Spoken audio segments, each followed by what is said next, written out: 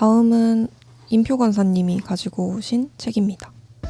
네, 제가 골라온 책도 공교롭게 이종현 간사님이 기획한 책입니다. 저희가 이제 그 전화 통화도 할 수 있거든요. 나중에는 한번 전화 인터뷰 한번 모셔야겠어요. 요거 살려가지고 제가 하려고 하고요. 제가 오늘 여러분들과 함께 나누려고 했던 책은 소란스러운 동거라고 하는 책입니다. 박은영 작가님 책이고요. 이것도 IBP의 책입니다. 소란스러운 동거는 박은영 작가가 태어날 때부터 이제 뇌성마비를 안고 태어났고 장애인 여성이 어렸을 때부터 그 다음에 성인이 된 이후까지의 삶의 어떤 복잡 다단한 이야기들을 에세이로 적은 책입니다. 박은영 작가는 기본적으로 뭐 장애인 학교, 장애인이 존중받아야 되는 어떤 시설 같은 곳에서 있지 않았고요. 자기 스스로를 그냥 일반인들과 함께 사는 사람으로 두었고, 이 책 제목이 소란스러운 동거인 이유도 작가는 이렇게 얘기해요. 장애인만 이 비장애인들과 함께 살아가는 세상에서 고민하고 배려하는 것이 아니라 비장애인 역시 장애인들을 함께 고민하고 함께 우당탕탕하는 그 동거라고 하는 것을 이야기하고 있고요. 이 책을 고르면서 사실 좀 조심스러웠어요. 그러니까 어떤 누군가의 좀 별일을 그것을 발판으로 나는 별일 없이 산다라고 하는 것을 얘기하려고 이 책을 선택했다기보다 이 사람이 자기 일상을 별일이 아닌 것으로 만들기 위해 부단히 노력하고 있는 그 노력의 수고를 우리가 이 책을 통해 헤아려 보면 좋겠다는 생각을 해서 이 책을 선정했습니다. 이 책에 좀 인상 깊었던 대목은 너는 축복받은 것 같아 라고 하는 얘기를 많이 들었다는 거예요. 아주 중증 장애인보다는 증상이 좀 괜찮고 또 비장애인보다는 장애를 가지고 있는 그 사이에서 별일을 겪고 있지만 별일이 아닌 것처럼 살려고 부단히 노력하는데 너 되게 중증인 장애인보다는 넌 좀 괜찮잖아, 넌 참 축복받은 것 같아 라고 하는 얘기를 들었을 때 묘하게 어떤 선을 발견하게 됐다는 거예요.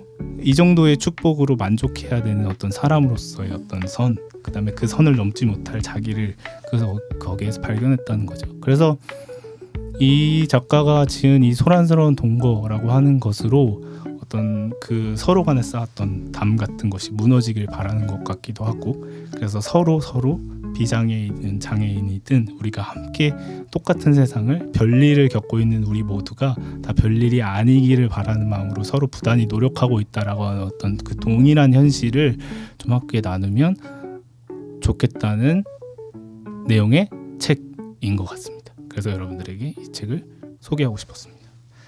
그러면서 여러분들이랑 좀 나눴으면 좋겠는 질문은, 살다 보니 저도 참 별일인데 남들이 별일이 아니라고 얘기하면 참 기분이 나빴던 것 같아요. 혹시 그런 것을 경험해 보신 적이 있는지, 그리고 그 반대로 내가 누군가에 되게 소란스럽고 되게 별일이었던 것을 그건 별일 아니네 라고 좀 치부해서 그 사람에게 상처 준 적이 있는지, 이런 이야기들 나눠봤으면 좋겠습니다.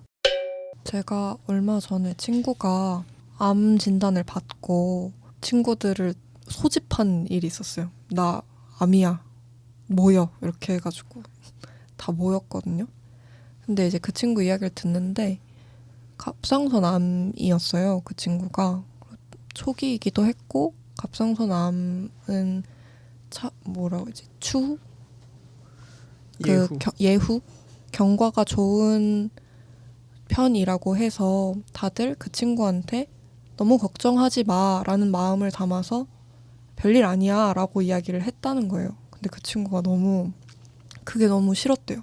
엄청 별일인데 왜 자꾸 나한테 별일 아니라고 하는지, 내가 얼마나 무서운데, 내가 뭐 얼마나 지금 뭐 이것도 걱정이고 저것도 걱정이고 다 걱정투성인데 왜 나한테 다들 괜찮대? 안 괜찮은데? 라고 하는 이야기를 들려줬었거든요.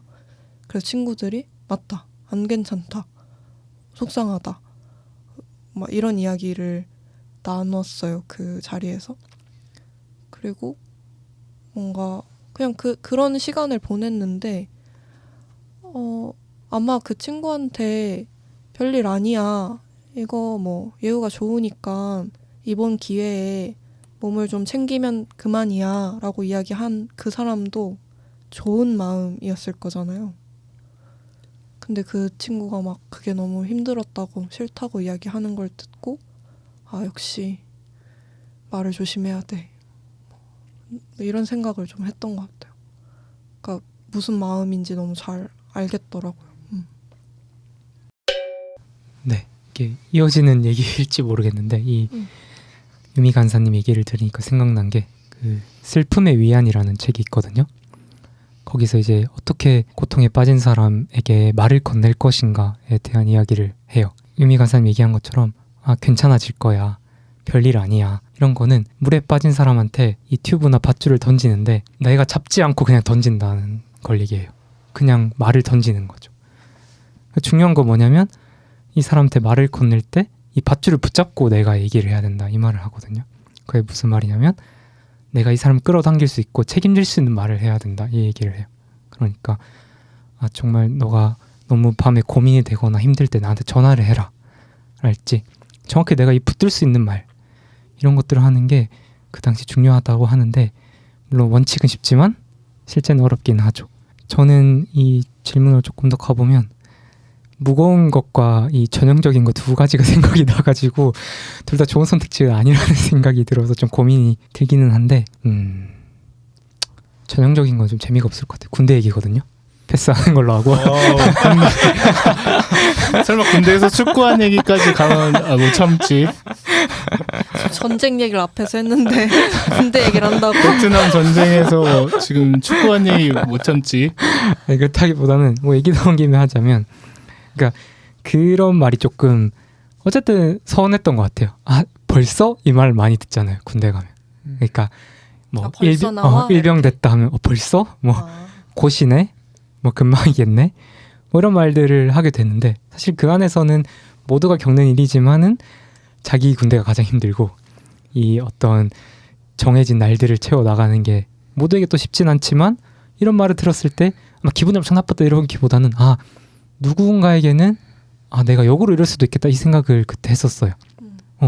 난 되게 쉽게 얘기할 수 있는 부분이고 모두가 겪는 것이고 크게 안 보이는 거라도 당사자에게는 다르게 들릴 수 있구나 라는 거를, 그 경험을 항상 상기하면서 아 그럼 안 되겠다, 뭐 이런 걸 좀 되뇌게 되는 좀 원 경험이지 않나 싶습니다.